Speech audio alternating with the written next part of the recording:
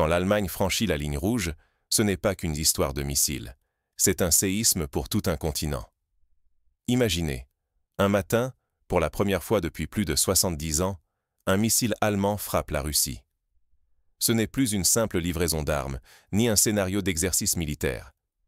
Sous ordre direct de Berlin, un missile Taurus traverse le ciel russe. L'Europe, sûre que ce seuil resterait inviolé, perd soudain ses repères.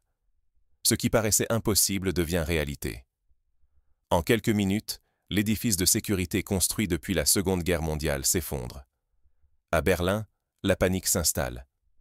Les dirigeants s'accusent, la population réalise qu'elle peut devenir une cible. La confiance disparaît, révélant la vulnérabilité de l'Allemagne et celle de tout le continent. Ce missile n'a pas seulement percé le ciel russe, il a brisé le mythe d'une Europe protégée, d'une paix indestructible. Chaque pays se demande désormais « Qui sera le prochain ?» L'avenir de la sécurité européenne est en jeu. Pouvoir, réputation, argent, mais surtout la vie de millions de citoyens. Tout bascule. En une décision, l'Allemagne a plongé l'Europe dans l'inconnu. Comment en est-on arrivé là? Pour comprendre, il faut revenir sur les promesses trahies et les choix risqués qui ont mené au bord du gouffre. Remontons le fil. Tout a basculé avant même le lancement du missile. Pour saisir l'onde de choc, il faut décrypter les signaux ignorés. Ce jour-là, la ligne rouge cesse d'être un avertissement. Elle devient une réalité brutale. À l'aube, un missile Taurus frappe le territoire russe.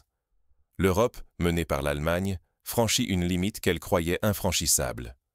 Une nouvelle ère, faite de ruptures et d'incertitudes, commence. Des mois durant, Berlin répétait ses promesses. Les responsables allemands assuraient qu'aucune arme longue portée ne serait livrée à l'Ukraine. La ligne rouge était une garantie contre le pire. Mais la pression monte. Washington et Londres insistent. Le débat public s'enflamme. Progressivement, l'Allemagne cède. Chars Léopard, missiles, entraînement d'Ukrainiens. Chaque étape, d'abord prudente, prépare l'irréversible. Ce jour-là, l'aide n'est plus une question d'intention. L'Allemagne passe d'observateur à acteur direct. La stabilité et la sécurité, autrefois garanties, s'effondrent comme un château de cartes. Ce choix a un prix immense. S'engager dans la guerre, c'est risquer sa sécurité, sa réputation et une économie déjà fragilisée. Chaîne d'approvisionnement, énergie, confiance des investisseurs, tout vacille. Franchir cette frontière symbolique menace la prospérité allemande et l'équilibre de toute l'Europe. Ce n'est pas qu'une crise militaire, c'est un choc psychologique. Les citoyens comprennent qu'aucune promesse politique ne protège vraiment. L'Allemagne devient une cible, contrainte d'assumer les conséquences de ses actes. Mais quelles seront les premières répercussions? Et pourquoi la riposte russe inspire-t-elle autant de crainte? Dès les premières heures, Berlin bascule dans l'incertitude. Comment la Russie va-t-elle réagir? Jusqu'où ira l'escalade? La Russie ne répond jamais à chaud. Mais lorsqu'elle riposte, le monde retient son souffle. Pour le Kremlin, le missile Taurus n'est plus un simple défi. C'est une déclaration d'hostilité directe. La frontière entre conflit par procuration et guerre ouverte s'efface. L'Allemagne rejoint la liste des ennemis historiques de Moscou. La réaction est immédiate. À Moscou, l'alerte stratégique est lancée. Les forces russes passent en mode riposte. Avions mobilisés, équipements déployés. En quelques heures, des frappes ciblées paralysent la logistique allemande. Centres de fret, terminaux énergétiques, plateformes stratégiques. Berlin reçoit un avertissement brutal sur sa vulnérabilité. Mais la menace ne se limite pas aux armes. Moscou dispose d'outils insidieux. Cyberattaques coordonnées, manipulation des marchés de l'énergie, pression diplomatique. Chaque levier peut provoquer un effet domino, paralysant l'économie sans un coup de feu supplémentaire. Tout se joue sur un fil. Un faux pas, et l'illusion de stabilité allemande, patiemment construite, s'effondre en quelques heures. La peur s'installe dans les couloirs du pouvoir, sur les marchés, dans la vie des Européens. L'Allemagne, croyant agir sans risque, devient le cœur de la tempête. Mais cette escalade mènera-t-elle à une guerre totale, ou s'agit-il d'un bouleversement plus profond, un renversement des certitudes européennes? D'un simple missile, L'Europe bascule dans l'inconnu. L'histoire s'accélère. Chaque décision peut tout faire basculer. Le choc est immédiat. En une nuit, sécurité et certitude volent en éclats. Berlin, jadis symbole de stabilité, devient l'épicentre d'une crise inédite. La peur s'infiltre partout, dans chaque discours, chaque gros titre, chaque murmure. La panique gagne les couloirs du pouvoir. Les responsables politiques se déchirent, incapables d'agir à l'unisson. Certains blâment l'irresponsabilité du gouvernement, d'autres fustigent la faiblesse du chancelier. Mais tous réalisent que, pour la première fois depuis près de 80 ans, l'Allemagne redevient une cible. Dans les rues, la colère gronde. Des dizaines de milliers de citoyens manifestent, bouleversés par la perspective d'un engrenage militaire. Plus jamais ça, pensait-il. Et pourtant, l'impensable s'impose. La vulnérabilité allemande éclate au grand jour. Le pays dépend presque entièrement de ses importations énergétiques.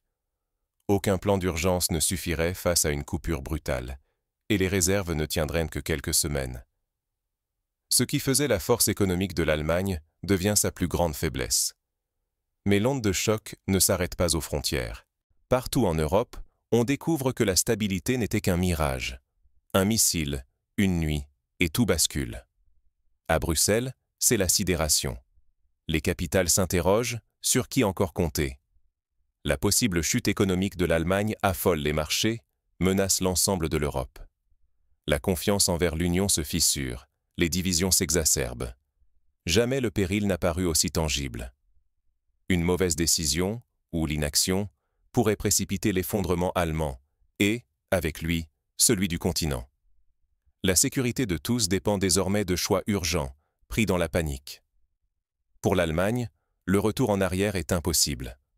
Pour l'Europe, il faut d'urgence redéfinir la sécurité collective. Le vieux continent doit-il apprendre à vivre sans filet ou trouver la force de se réinventer? Au cœur de la tempête, chacun guette le moindre signe d'espoir ou de rupture. Mais une question obsède toutes les chancelleries. Qui prendra la première décision et à quel prix? La vraie force consiste à apprendre avant qu'il ne soit trop tard. L'Europe fait aujourd'hui face à une vérité brutale.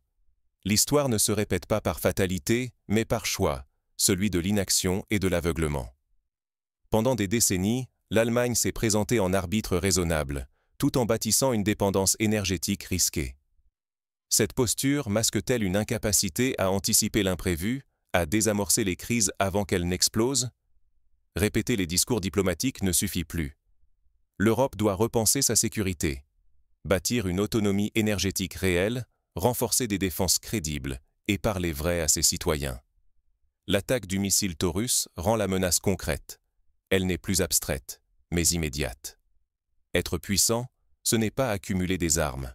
C'est prévoir l'imprévu, anticiper les réactions adverses, rompre avec les vieilles habitudes, même si cela dérange les alliances. Le risque?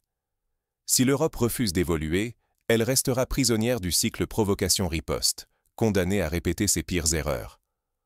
Oser changer, c'est la seule chance d'ouvrir une ère où la sécurité est réelle et partagée.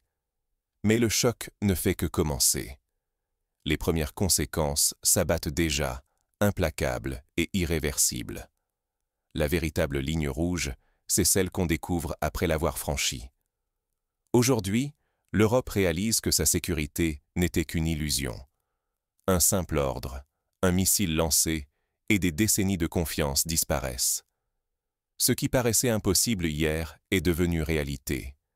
L'Allemagne, jadis symbole de paix, est désormais accusée d'être l'agresseur. Refuser de voir la gravité du moment, c'est risquer de tout perdre. La paix, la stabilité, et peut-être l'avenir même de l'Europe. Ce n'est pas qu'une question de frontières, c'est la survie d'un système qui protégeait chacun d'entre nous. En franchissant la ligne, c'est l'équilibre psychologique, social et politique de millions d'Européens qui vacillent. Chaque décision prise sous la pression ou l'illusion d'impunité a un prix, souvent bien plus élevé qu'on ne l'imagine. Oublier que la paix repose sur la retenue et la confiance, c'est ouvrir la porte à l'inconnu, où chaque geste peut déclencher une réaction en chaîne. Faut-il céder à la peur? Non. Ce moment charnière rappelle que tout n'est pas joué. Il reste du temps pour débattre, exiger des comptes, refuser la fatalité. C'est dans ces instants qu'on mesure la valeur de la vigilance. L'enjeu dépasse l'actualité. C'est le destin même de l'Europe qui se joue, peut-être pour toujours.